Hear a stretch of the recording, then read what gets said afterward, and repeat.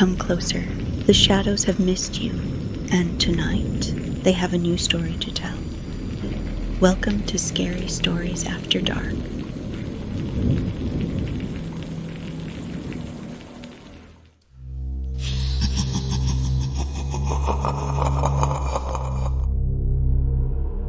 The fire had been too orange, the way bad tape made everything flatter and louder.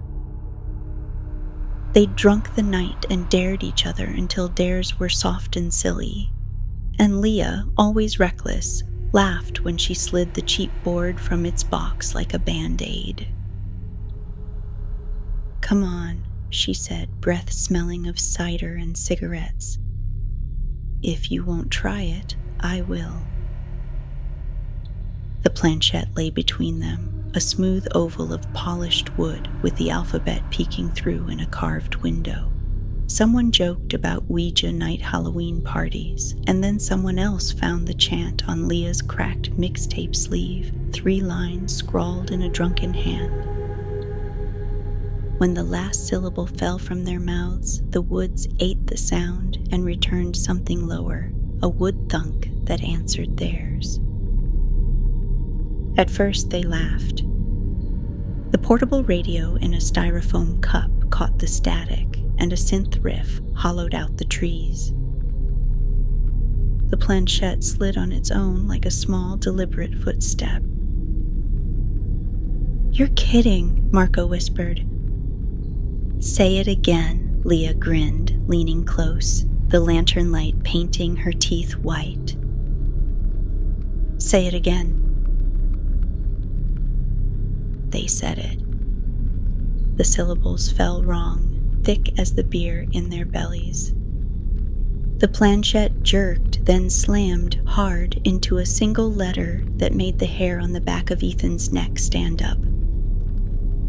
Something moved above the tree line, a tall shape folding itself from shadow. When it stepped down, the world altered to a new scale. 12 feet of burlap and polished wood, a face that was a planchette with a window of glass where an eye should be, and a jaw a saw blade of teeth. Its hands were talons wrapped in old rope. It smelled like wet wood and old pennies. They scrambled, laughter shredded into keening. Leah stumbled out of the circle, and the thing made a slow, surgical motion, its planchette head gliding with a sound like a match struck on dry wood, and a hand closed on her throat as if it were a puppet. Blood darkened the lantern oil. They ran, but the trees changed their paths. The thing moved without running. A horrific, patient algorithm, each step measured and perfect. Where it touched bark with those talon fingers, the trees bled sap that smelled like iron.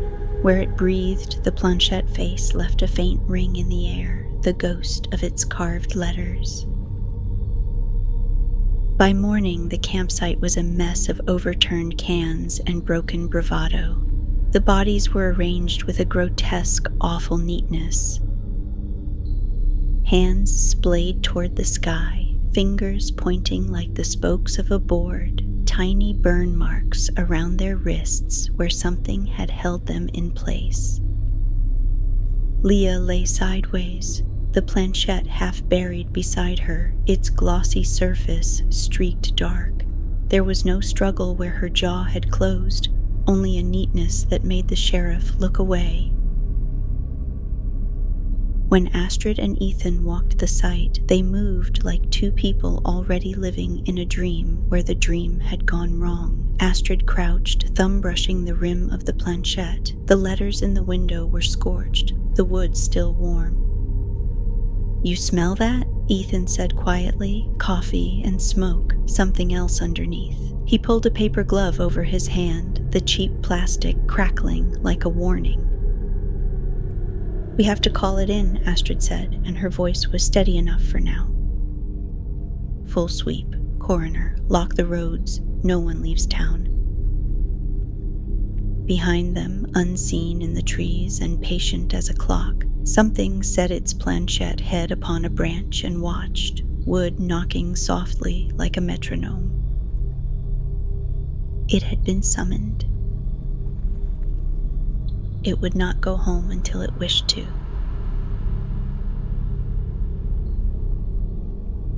The station smelled like burnt coffee and old paper, a warm, ugly hug that lived in the precinct all winter. Fluorescent lights hummed like an unhappy remembered song.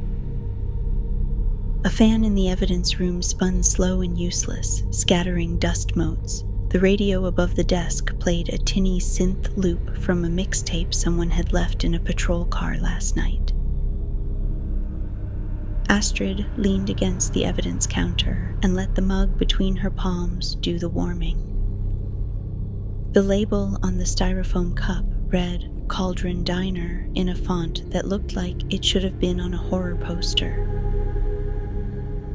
Her badge caught the light when she reached up to rub her eyes. The skin around them was frayed from too few hours, too many witness statements, too much coffee. She liked hours at the dawn edge. The town softened. Everyone looked less guilty. But this morning, the soft had teeth. Ethan shuffled in with a box of donuts and the kind of grin that tried to look casual and failed. He dropped the box on the counter like a peace offering.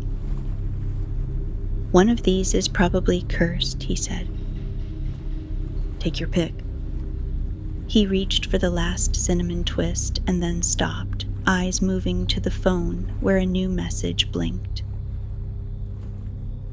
"You almost smell like a warm crime scene," Astrid said, because if she didn't tease him, she'd choke on the worry.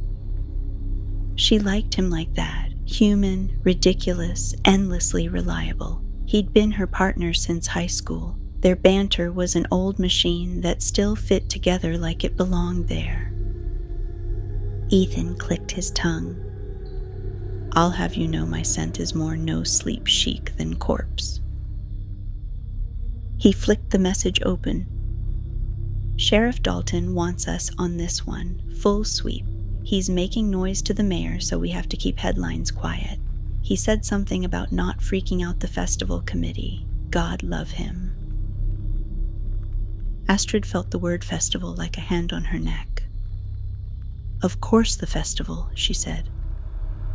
"Because terror makes a terrible backdrop to pumpkin pie."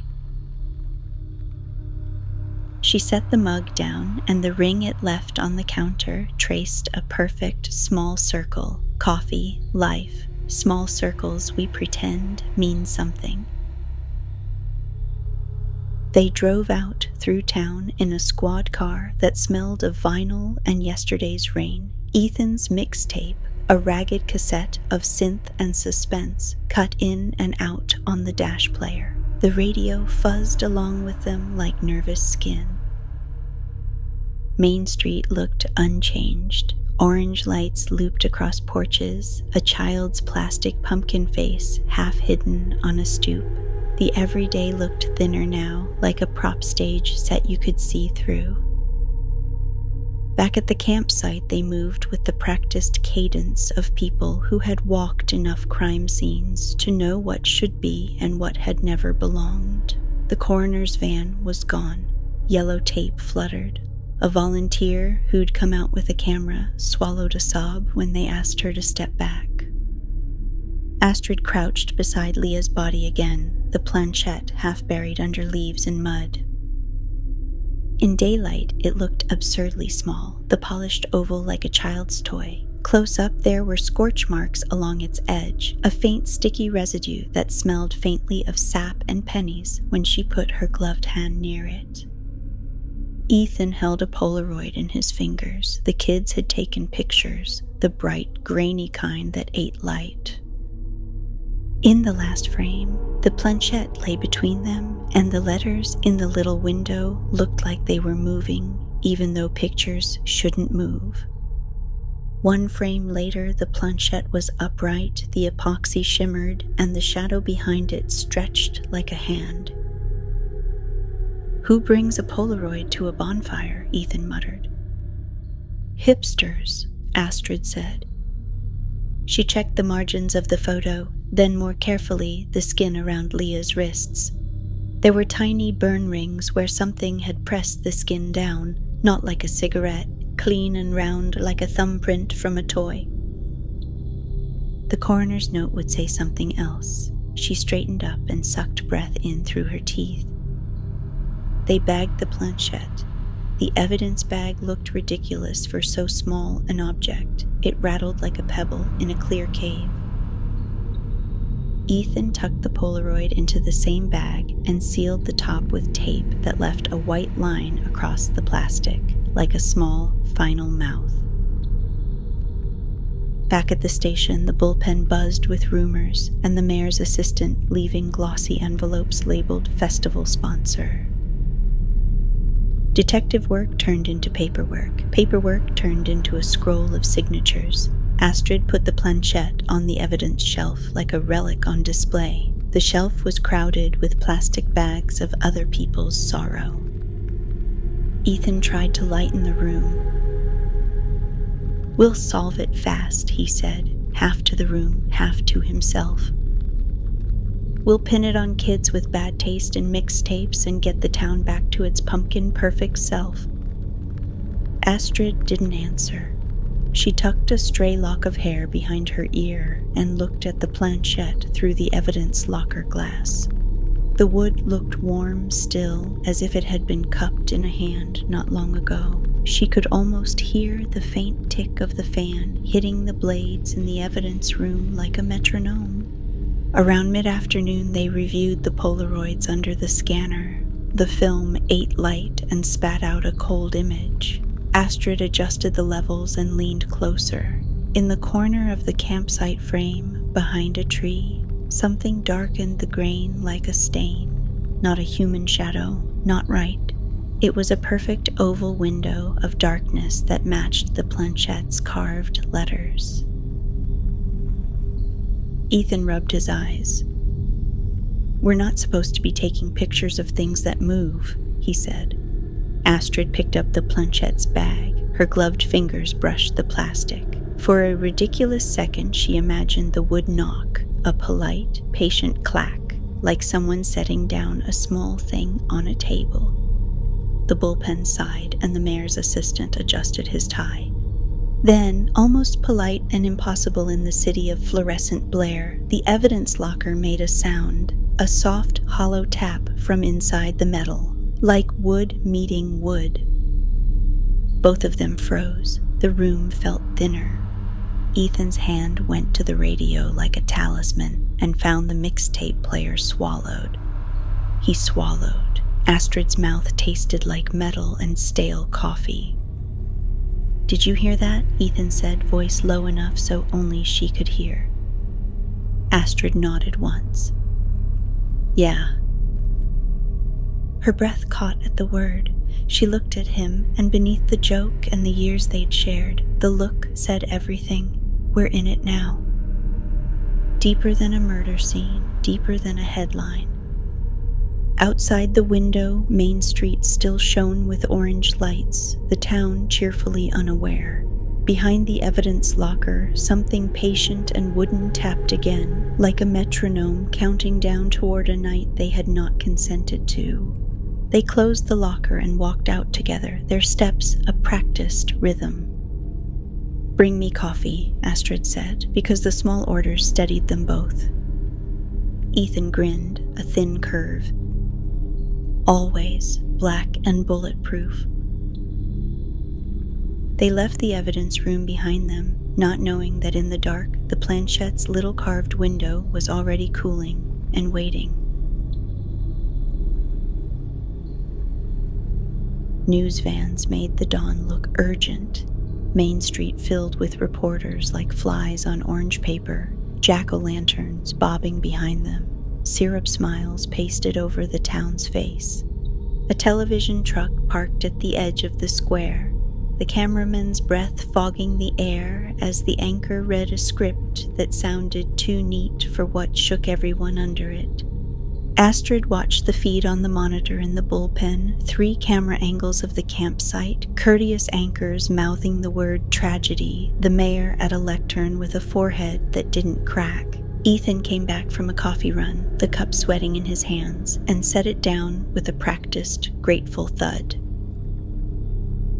"They want us to reassure the Pumpkin Committee," he said, lowering his voice, "which apparently is mission critical." He offered her a donut. She declined with a look that meant later. The second body turned up before lunch, a teenage couple found in the back room of a video rental. Video Palace had been there since before either of them were born, a boxy neon sign that hummed like an old friend. Night staff claimed the door had been chained. Cameras showed a shadow that wasn't human, bending the lock like it laughed at metal. The coroner's photographs were clinical and obscene. The pair laid on the floor in a careless, genteel arrangement, hands spread like spokes. Around each wrist, small burn rings, clean as coin impressions, where something had pressed them down. On the rental counter, the planchette lay inlaid in a shallow groove of wood, like someone had used it to trace a compass into the grain. There were smudges of red along the edge, not dramatic, but enough to make Ethan's stomach do that slow, bad flip. "They're learning how to sign the scene," Astrid said, and her voice was hollow with the hollow of so many people pretending normal. "It's marking them. It's..." She stopped because saying ritual felt like handing them a genre cue, and she hated the idea of life-matching fiction. The mayor called for calm, the festival committee called for secrecy, the mayor's assistant called like a rooster at noon, and everyone at the station answered with the practiced politeness of people who would rather lie to themselves than start a panic. "Spread out," Ethan said. "Talk to families, pull local CCTV, trace anything that touched these people last night." He rubbed his brow with a thumb that had coffee in the groove. "And call the coroner back in for another sweep." They walked the video palace with a technician who kept muttering about static. The tape racks smelled like glue and nostalgia. Between the aisles, a stack of horror VHS covers gaped like teeth.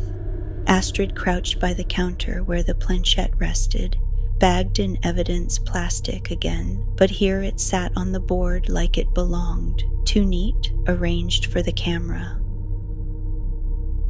"Weird fingerprint pattern," Ethan said, reading the latex screen like an old map. "Not just prints. There's a scrape, like the wood was dragged on something." In the back room, a television sat on a wheeled stand, static snowing the screen. The text said it had been on a loop. The couple had been returning a tape. Astrid reached out and touched the plastic casing. It clicked like teeth. Inside the static, something had imprinted, a tiny oval darker than the rest, the shape of the planchette's window. "Who even uses a Polaroid and a VHS in the same breath?" Ethan muttered, but he had his camera out, hands expert and sure. He took close-ups of the burn rings, the shallow gouge in the counter that matched the planchette's curve, the grain where something, had pressed so hard the wood darkened. They ran names on the victims, kids, local, familiar faces. They came back with nothing suspicious. No gang ties, no debts, no public spats worth printing. Just small-town lives that had walked out to the night and not come home.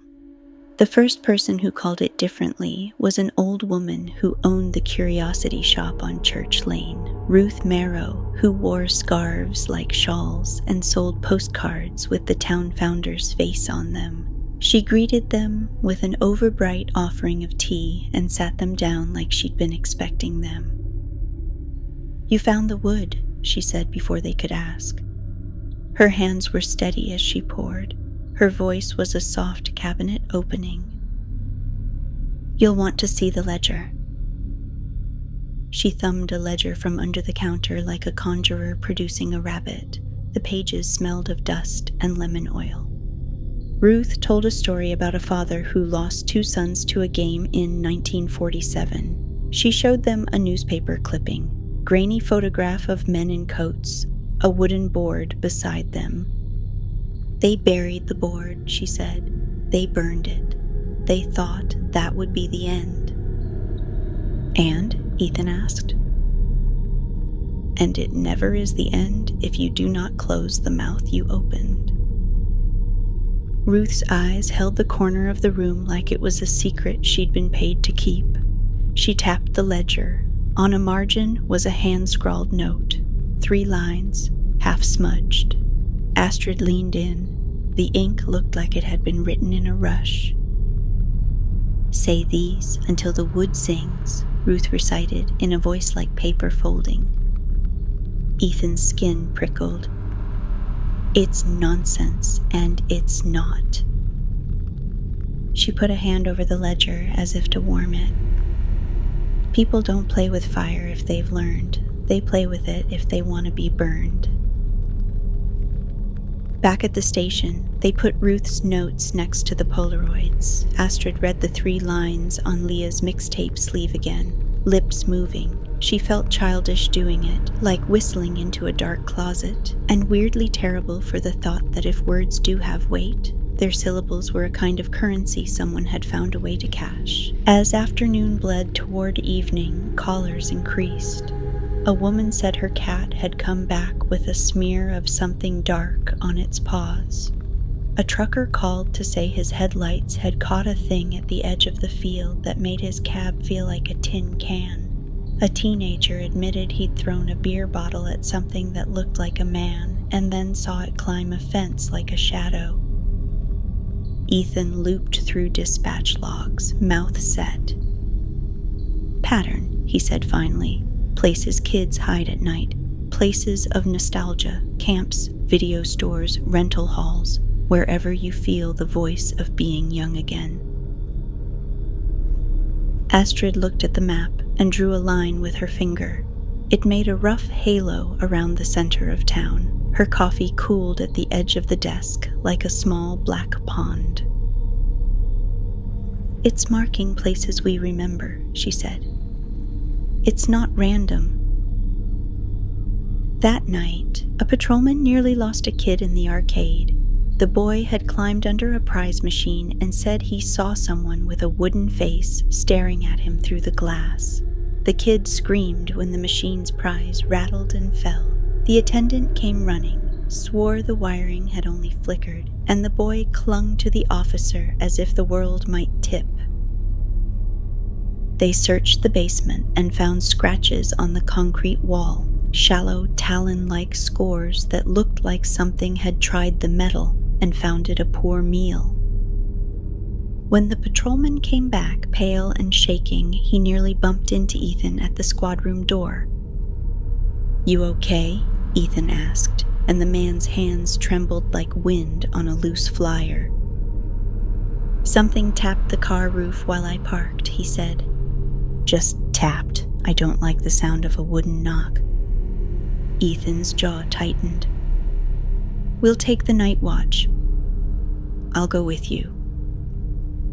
In the car, underneath the ugly orange street glow, the radio crackled out an old synth line and then static. Astrid watched the dashboard light his face in blue, felt the dull drum of the planchette in her chest like a second heart. They drove the ring, checked alleys and corn edges with flashlights that made small moons on the grass. Once, far off in the field, lantern light bobbed like a funeral procession. They followed and found nothing but trampling where kids had left the ground soft.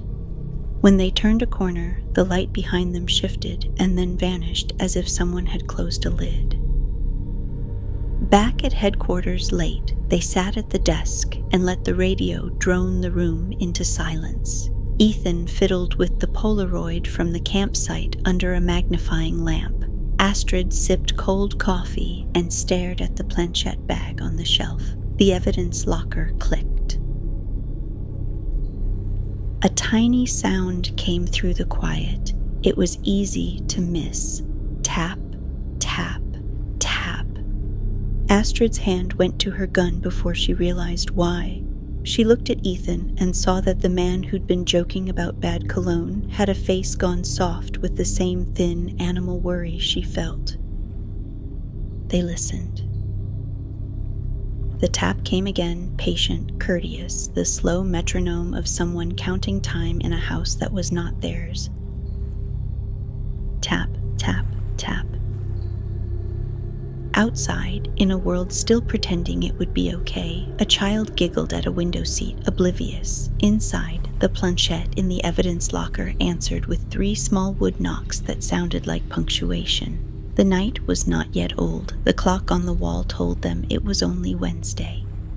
They didn't sleep. They did coffee refills, interview notes, camera checks. They told each other jokes that barely reached the smile and tried to make language a ballast against the momentum. When Astrid closed her eyes for a second, there was a wooden taste at the back of her throat, as if she'd been chewing on a match. The knock came again from the locker. This time, like a thing testing a door, it waited for someone to call back. Astrid picked up a checklist and wrote, "Find source of chant, who last had board, trail through the mixtapes." She drew a line down the column and pulled her radio close, ready for the next call that would tell them which way the town would fall. Outside, above the hum of fluorescent lights and the synthetic lullaby on a loop, something long and patient straightened itself in the dark and listened to the sound of the town arranging itself like prey.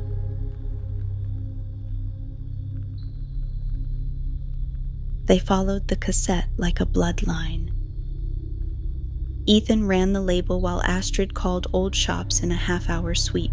The tape had been recorded at a party 2 weeks back. The owner's name, Marco, came up in a landlord note.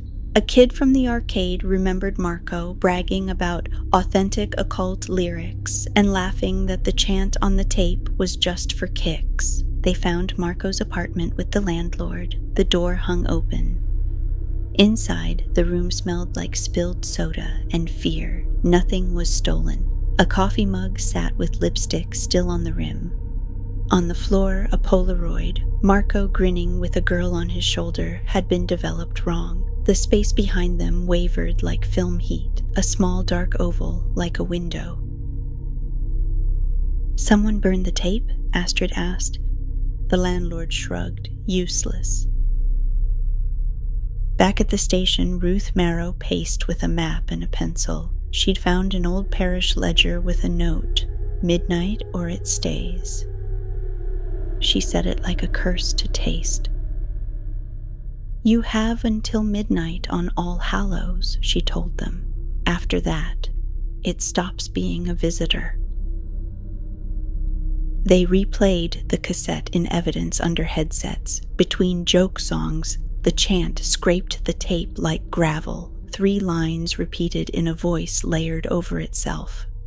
On the final pass, the planchette's little window seemed to blink on the waveform, tiny gaps where the wood struck silence. While Ethan digitized a suspicious clip, the bullpen lights hiccuped. The evidence locker, sealed, bagged, gave a soft tap. Then another, deliberate, polite, like someone impatiently counting heartbeats. Astrid moved like a clock wound too tight and opened the locker. The bagged planchette lay still. The Polaroid beside it had shifted an inch. Tap, tap. Something knocked from within the evidence room walls, wood on metal, and the air turned the color of old pennies. They heard it both like an instrument and like a promise. "We don't have time," Ethan said. "If Ruth's ledger is right, we have until..." He didn't finish. The radio in the corner read a date, October 29th, 2 nights until All Hallows. 2 nights to find a reversal or watch the town become a ledger of wooden knocks. They sealed the locker, bagged the Polaroid again, and wrote midnight deadline, October 31st, across a sticky note. The note trembled in Astrid's fingers like a pulse. Outside, the town laughed pumpkin bright against the dark. Inside, the metronome of wood tapped and tapped on, patient as a clock counting down. They tried the chant like pulling a hairline from a wound, slow, careful, fingers trembling. Astrid set the evidence table in the back room like an altar, the planchette, a circle of salt that Ruth warned was nonsense but felt right anyway, a Polaroid face down. Ethan cued the tape on loop, synth stuttering through the cheap speakers while the station hummed around them, fluorescent and indifferent. "Ready?" he asked, voice steady but small. She nodded. "Say it clean, no jokes." They spoke the lines Ruth had scrawled, syllables sliding like something they'd swallowed. The sound filled the room, a stupid, fragile barrier of air. For a second, the planchette did nothing. The tape warped, and the fans in the ceiling sounded like breath. Then the wood knocked once. Inside the bag, where it shouldn't have any room to move. Tap. The sound sliced the quiet. Astrid's hands went numb. The letters in the planchette's window seemed to darken as if ink were breathing. The radio on the desk hissed, and for a heartbeat the static spelled a letter, slow, impossible. A shout from the bullpen. "Dispatcher says Patrol 1's gone cold." And then the lights hiccuped. The room rounded like a mouth. They ran. Outside, under the sodium glare, a cruiser sat with its door open. Officer Mallory, a kid with more energy than sense, crouched by the hood, eyes wide. His flashlight beam shivered across something long and wooden disappearing into the alley. "You saw it?" Ethan demanded. Mallory stammered. "I thought it was a mannequin." Then it leaned, like it could bend like a person, and it looked at me and my hands. He held them up. They were singed across the knuckles in tiny, neat rings. The thing was gone, but the alley smelled like damp wood. Mallory's radio whispered a static that sounded suspiciously like the last syllable of the chant. He trembled and collapsed against the cruiser, breathing fast. Astrid crouched, pulled a gloved hand near the burn. The mark was a shallow oval, planchette-shaped, pressed like a stamp. Her stomach dropped. "We almost lost him," she said. The word almost sat heavy. They returned to the station and found the planchette on the evidence table upright, unbagged, glinting as if someone had set it there just to be cruel. The circle of salt lay disturbed, a small trail of grit like footsteps. Ethan swallowed. "It works," he said, but it answers back.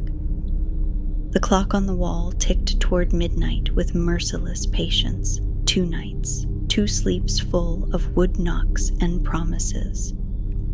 They had found a lever, but pulling it bent the world, and someone very almost didn't make it through. Astrid wrapped Mallory's hand in gauze, eyes hard. "We try again," she said, voice low. "But we don't get to almost next time." Outside the station, the town kept its pumpkin grin. Inside, the planchette knocked once, a soft tap like a promise. We're still counting. They set the bait like 2 people making a dangerous promise. Astrid arranged the planchette in the center of a map on the conference table, ringed it with cheap salt Ruth swore at but didn't object to. Ethan taped speakers to the chair legs so the cassette could rattle the room with its warped chant. They borrowed a stage light from the high school theater, a bulb that threw hard shadows where someone could hide. Feels like bad theater, Ethan muttered, cinching a strap on his jacket. Like we're about to step into the final act of a terrible VHS. Then don't flub your line, Astrid said. Her gloves smelled of evidence powder and cheap coffee. She liked the smell enough to hate it. No improv. They called Mallory in with a plan that sounded safer in meetings than it did with adrenaline in their veins. One uniform would bait, stay visible, and an officer would wait behind the lighted doorway with the board set, ready to force it to the wood. If Ruth's ledger was close, the chant reversed, the planchette would cough and clack toward its window. Mallory volunteered like a hero who wanted to be useful. He cracked a grin that trembled.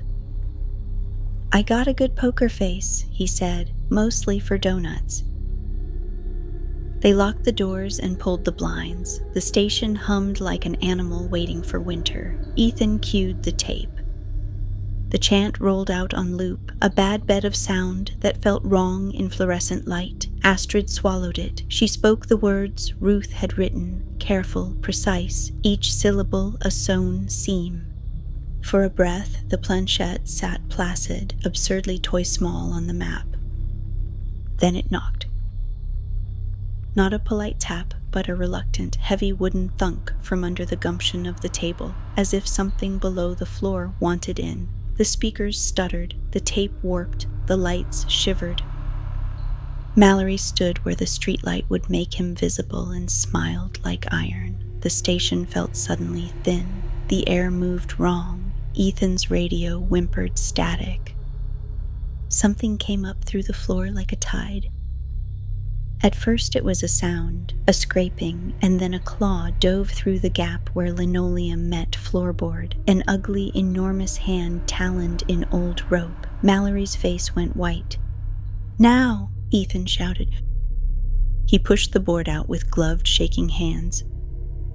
The planchette answered like a thing relieved to have a place to sit. It skittered, impossibly, across the table, the carved letters catching the light. Then, with a sound like a match snapping, it slammed upright against the ledger.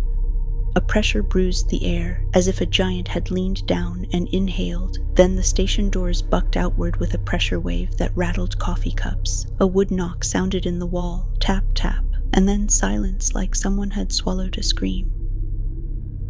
They had it. For one clenched breathing second, the planchette sat like a small sovereign, and the thing's presence thinned at the edges. The map's ring of salt was still. Mallory laughed, a tiny thing that leaked like a balloon. Then a window on the far side of the bullpen shattered as if struck by an invisible fist. Glass peppered the floor, light spilled like a wound. Something had reached for the window from the outside and missed, left a smear in the sill like a wooden handprint. Mallory staggered back, clutching his chest. His uniform was scorched in a neat oval across the forearm. Where the thing had touched him, the fabric had rippled like water. He fell to his knees, vomited up bile that smelled of metal and pennies. Astrid knelt and saw not a deep wound, but a ring burned into his skin, planchette-shaped and clean as a press. Ethan began, but the radio in his hand screamed with static that shaped letter angles like a handwriting you wanted to burn. Mallory's eyes rolled up, and he choked a laugh that curdled into a sob. For an instant, less than a single breath, something larger filled the room, a pressure that made paper bow and the lights pulse. The planchette rocked on its edge and then smashed, splintering into two neat halves with a sound like a small animal dying.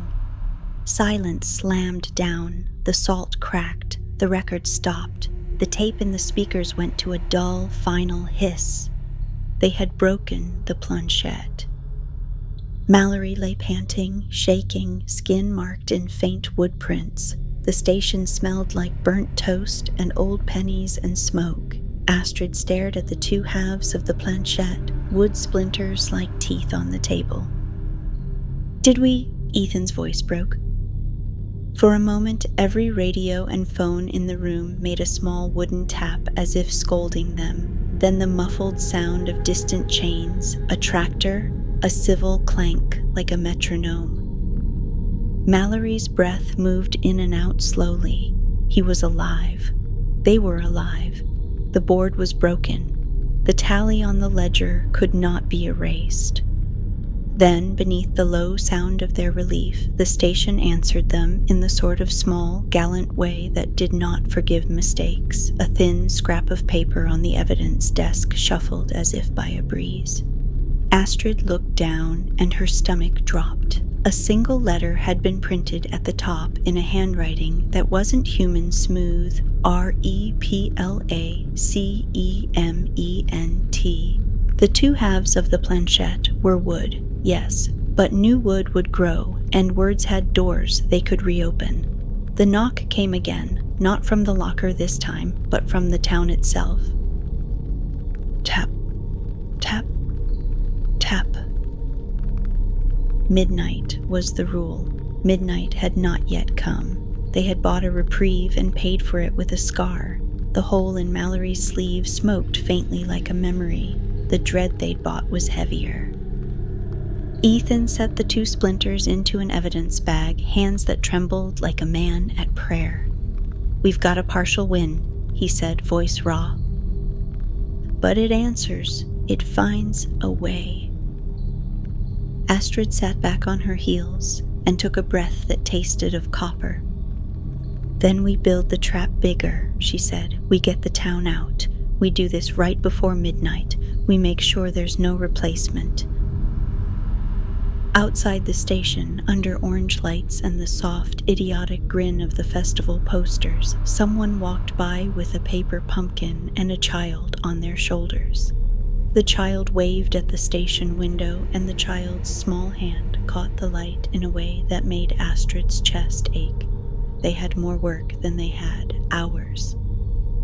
They had the pieces, a snapped planchette like the jaws of a hushed clock.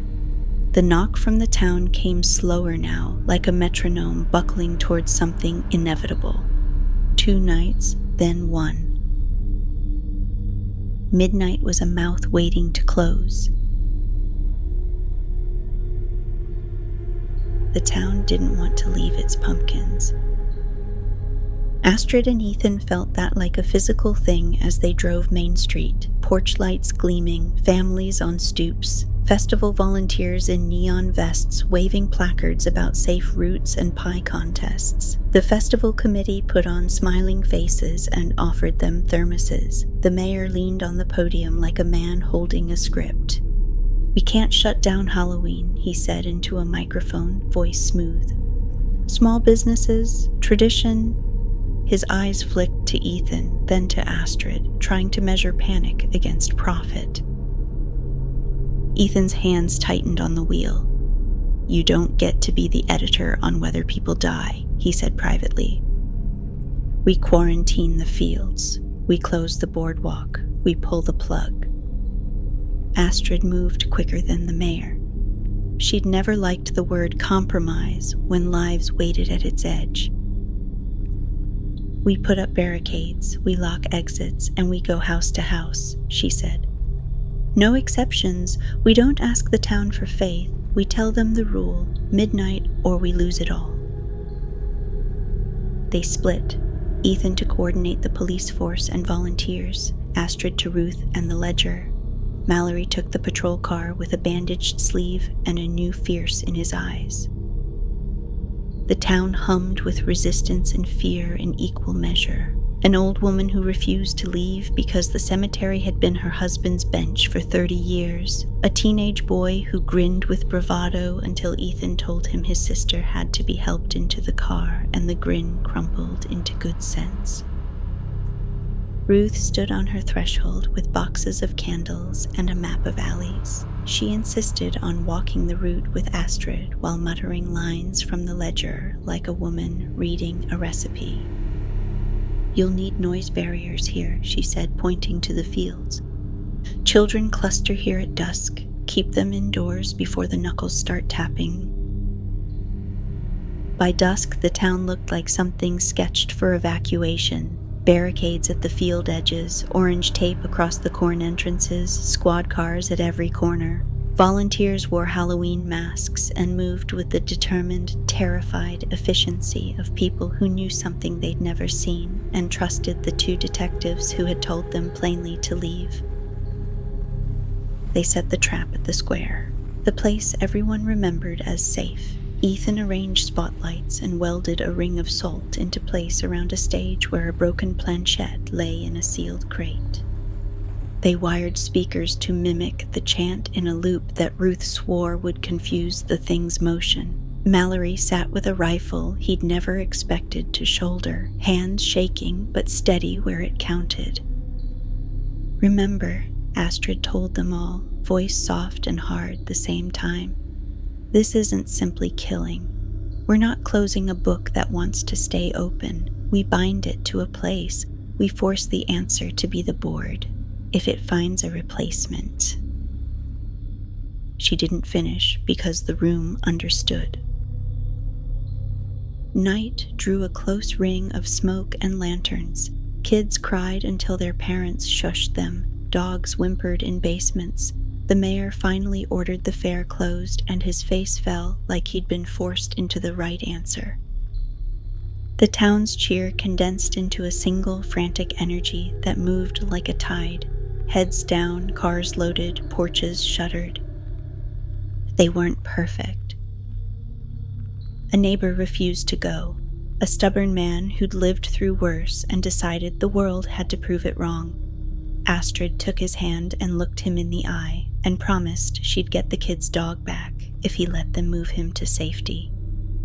The man did not believe her. He saw the planchette bag on her belt and agreed, small mercies in a blood-waiting night. Midnight sat above them like a held breath. Ethan checked wrists and straps. Mallory knelt and whispered to his bandaged skin as if begging an amulet to hold. Ruth lit candles on the stage's rim and muttered the old words under her breath like stitches. At 11:47, the tape began to warp in a new way, like someone turning an old dial faster. The speakers thinned and then swelled, as if a far chorus had answered. Children in windows fell silent. The lantern's light changed to a thin, dry orange, as if someone had plucked the color out of the world. At 11:58, they heard it first. A polite tap from the far field, measured and perfect. 1, 11:59 brought 3. The town's clock on the courthouse, antique and stubborn, ticked loud as they all braced. Astrid felt the world narrow to the wire of those last minutes. Her breath came short. Ruth gripped the ledger so hard the pages trembled. Ethan's jaw was a hard line. Mallory's fingers were white on the rifle. When the clock rolled to 11:59:50, the first real thing moved past the corn edge and into the thin lamplight. Too high to be human, the planchette face catching the light like a smear of glass. It moved with a patient gait that made the hair on everyone's arms rise. The trap had been set. The town had been emptied of most voices. The board in its crate waited like a mouth. The speakers hummed the chant in a forced, frantic loop. The salt ring glittered. The stage light cut the dark. They had one last small, furious hope to force the thing back into the wood across the deadline that would stop it for now. But hope was an ember and the night smelled of iron and matches. The knock came again. Tap, tap, tap, measured, as if counting down with them. Astrid took Ethan's hand, just for a second, a current and a promise. "We do this," she said, voice tight. "We don't let it make a replacement." Ethan's nod was the smallest thing. "We end this," he said, "or we end trying." Midnight closed in like a mouth. The town held its breath. The planchette waited. Midnight was a mouth. They stood inside it, with the town's silence as a collar.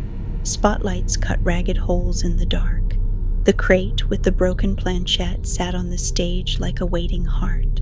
Speakers rattled the chant out in a tinny, frantic loop, while Ruth muttered the lore-side instructions under her breath, fingers white on the ledger. Mallory's rifle rested across his knees. Ethan held the mic that would, if they needed it, broadcast the chant loud enough to wrench the thing toward the wood.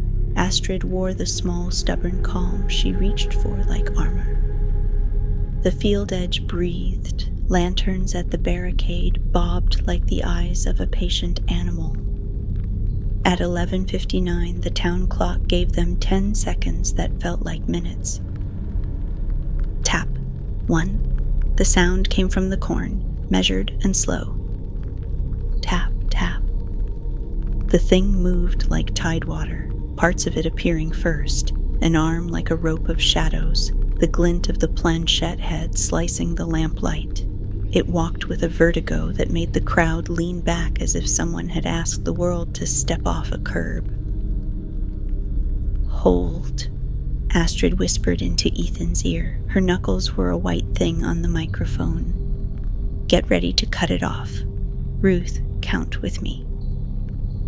Their voices folded into the chant, Ethan's low, Mallory's shaky, Ruth's dry as paper, and the speakers made the words a net.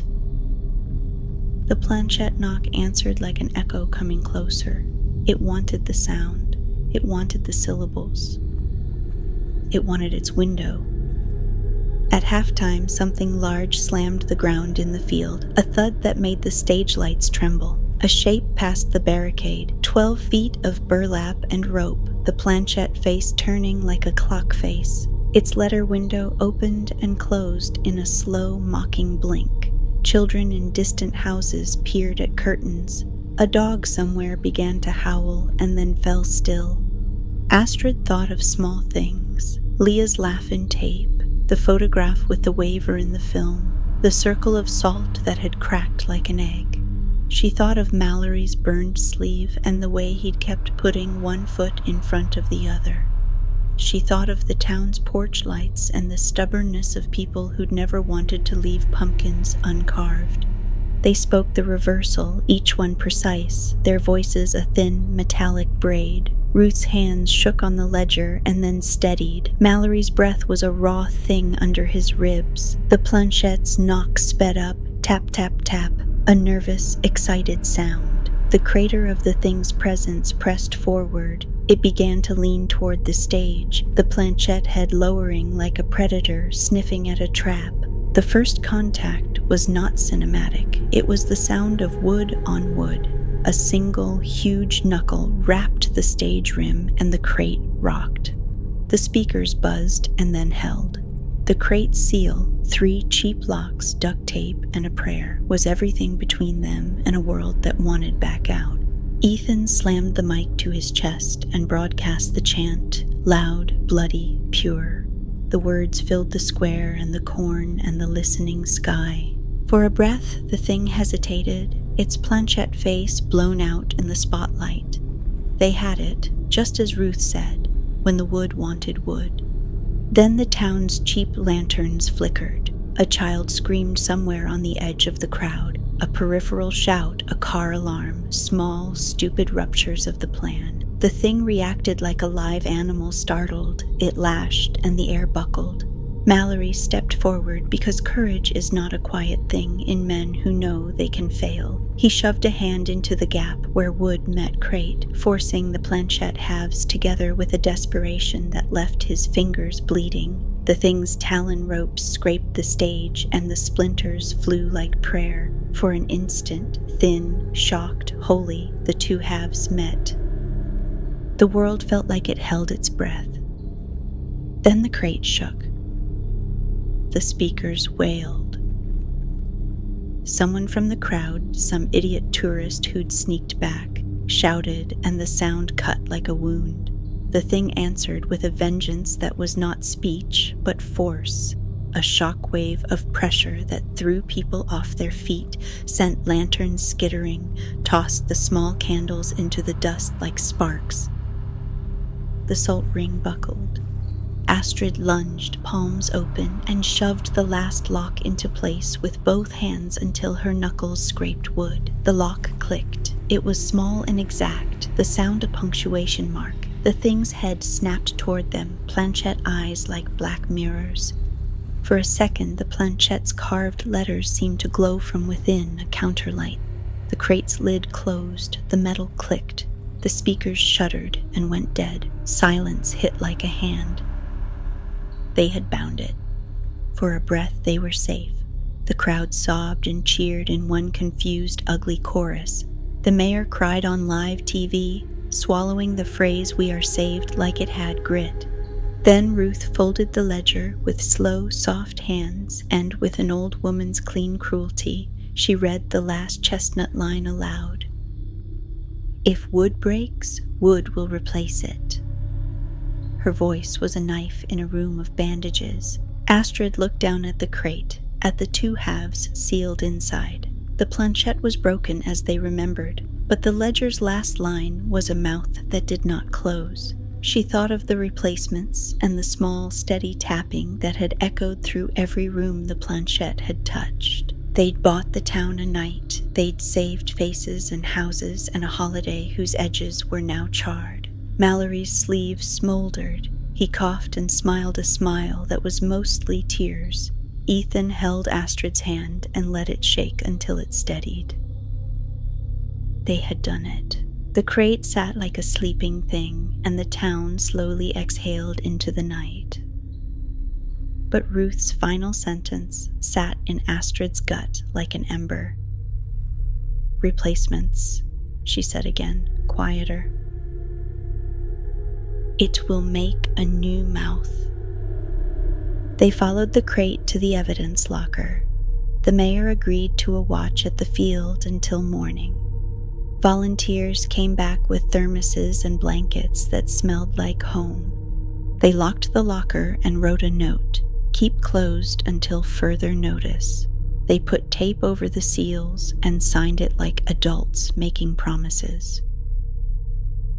The hour after midnight was a fog of adrenaline and paperwork. They walked the ringed town, checked windows, mopped up small injuries, and the bigger one, this permanent loss of innocence. People hugged, children were rerouted to relatives' houses far from the lines. At dawn, they were all still alive. Exhaustion came like a tide. Injuries were mapped and bandaged, the social fabric stitched with the clumsy hands of a town that had been near a hungry thing and had not given itself over. Epilogue. Weeks later, Main Street hung banners that said, "Thank you, first responders," and sold pumpkin spice in cardboard cups. The festival resumed with a cautious hush beneath the glitter. The crate sat in the evidence locker behind 3 locks and a stack of legal affidavits. On a rainy Tuesday, a thrift store in the next county took in a box of damaged Halloween props from a cleanout. In the bottom of the box, under faux cobwebs and a cracked plastic skull, a tiny sliver of wood gleamed like a tooth. A child found it, laughed, no one expected anything, took it home, glued it to a crooked board, and put it on the mantel. That night, somewhere in a house with thin walls and a trashy radio, the mixtape fuzzed, and for a breath the tape glitched and the wood clicked a polite, patient tap that sounded like someone setting down a toy. The chant, copied and pasted into a notebook by bored kids, sat waiting on a page. They had kept the town, they had not finished the sentence, the ledger had folded and the crate had been sextuple checked. Yet language is a doorway and wood is patient. The clock on the courthouse ticked, and somewhere, faint and precise, a wooden knock answered it once. Tap,